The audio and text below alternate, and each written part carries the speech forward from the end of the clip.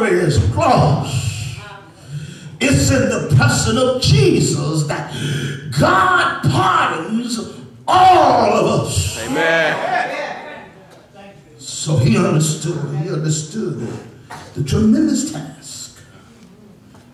But in the midst of this praying for himself, Jesus really just pours out his heart. All right. To his daddy. He pours out his heart. He pours out his soul. Because that's what prayer should really be. All right. Prayer should not just be words from your lips. Amen. I wish I could talk to someone. Amen. Prayer should be pouring out. All right. When you empty yourself, what you feel, what you think, to the point that it starts affecting your biological makeup, where tears begin to run down your face. All right. You have then Amen.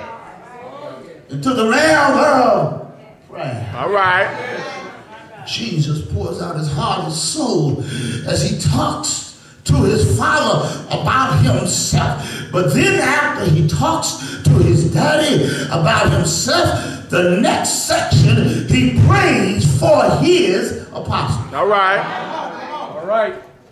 All right. He prays for those whom he has delegated, those whom he has selected, those whom he has chosen. Because you do understand, many are called, but few are. You understand what I'm talking about. He prays for them because they has to be the one to carry the torch. They has to be the one to spread the good news of Jesus Christ. Right. They has to be the ones to tell others what the Lord has said. And the problem that they will face is that they will be persecuted, because while the world was willing to accept folks talking about God, they did not want to hear about Jesus. All right.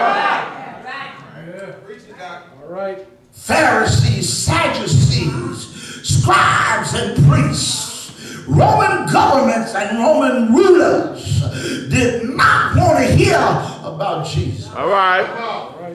They were willing to let folks talk about God. They were willing to let folk go into the Jewish synagogue and talk about the 10 Commandments, the law, and the prophets. But they did not want anyone to talk about the barefooted preacher from Nazareth named Jesus. All right.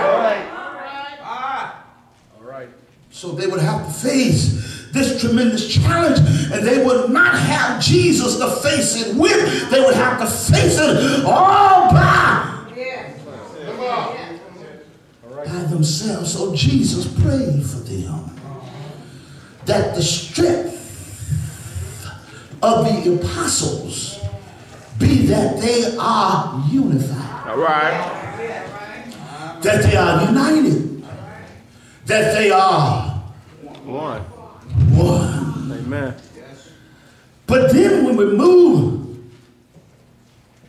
to verse number 20, All right.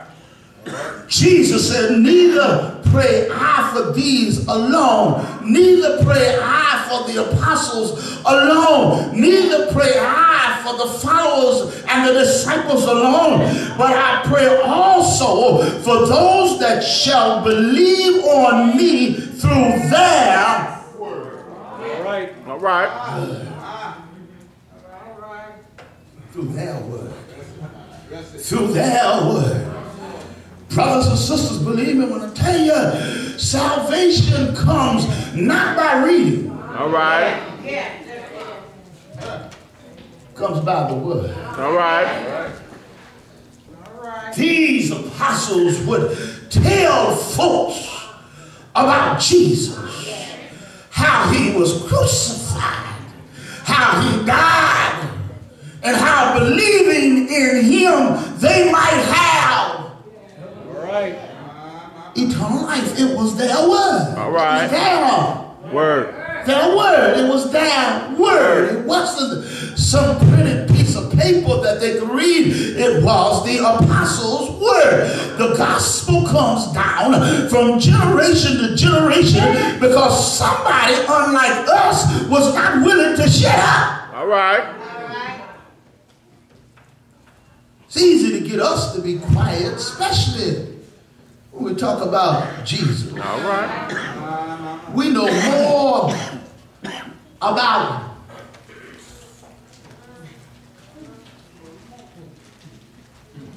the BCS power rankings than we do about Jesus. All right. We know in football who's ranked number 1, number 2, who's going to play for the national championship, but very few of us understand why Jesus was the Messiah. All right. It's through their words that the gospel would be handed down from generation to generation. And so Jesus prayed for those who would receive the gospel down through the generation. All right. It is a prayer that spans over 2,000 years. All right. All right. I pray for them All right. who believe because of what they heard. Pray for them that believe on me because of what they Heard. heard. I pray for them who believe on me based upon what they Heard. I told you last week, Jesus' declaration was, blessed are they who have not seen. All right. And yet, yes, somebody knows what I'm talking about. Those who believe on their word. The prayer says that those who believe may all be one. All right. That they may be one. That they may be unified. They may be one. They may be unified. As thou, Father, art in me, I in thee, that they also may be one and us. Which means, number one, they got to be together. They got to be unified. They got to be on one accord. They got to have the same mind. They got to have the same heart. They got to have the same belief system. All right. They've got to believe the same thing. Amen. About Jesus. And then that they may be one with Jesus and his Father. All right. Which means they have a desire to do All right. that which the Father and the Son want them to do. All right. Now, brothers and sisters, whether you know it or not, verse number 20 is talking about us. All right. So my question is, did God answer Jesus' prayer? No, he did. All right. Jesus prayed that we all, regardless of color of skin, All right. regardless of peculiarities and idiosyncrasies, All right. that we all might be one. And then that we may be one with him and the Father. Now, I know why you're quiet.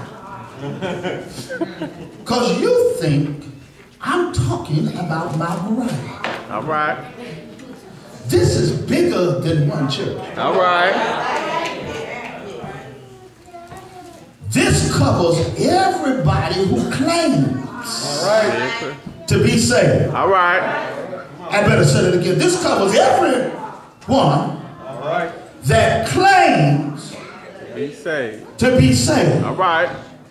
This covers everyone that claims All right. to be saved. Because if we believe the same thing, there is no division. All right. There is no separation. All right. I wish I had a witness. Amen. If we believe the